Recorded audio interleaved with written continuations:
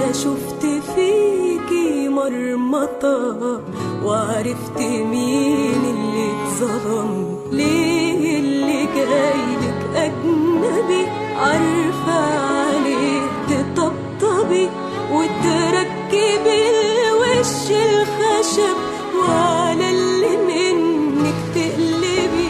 مصري، السعودية، الإمارات. من السعودية، أي بلد غير البلد دي. سويسرا. أروح السعودية بإذن الله. من إسرائيل. ممكن ألمانيا مثلا. أمريكا غنية جدا. ياباني.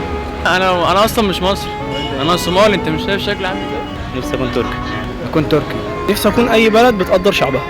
هو أي بلد غير مصر أحسن من مصر. البلد دي الصراحة ما فيش حد واخد حقه فيها ولا أي حاجة. أي بلد اقتصادها جامد غير اقتصاد مصر، غير اللي احنا فيه دلوقتي يعني. إن الدنيا كلها بقت غالية والأسعار كلها بقت غالية، الغلبان مش عارف ياكل والشاب مش عارف يتجوز، ومحدش عارف فينا يعيش. علاجنا مش لاقيينه في أي مستشفيات حتى الحكومية. بلد ما تعرف لو ساكنها ولا هي بتسكنك بتسرق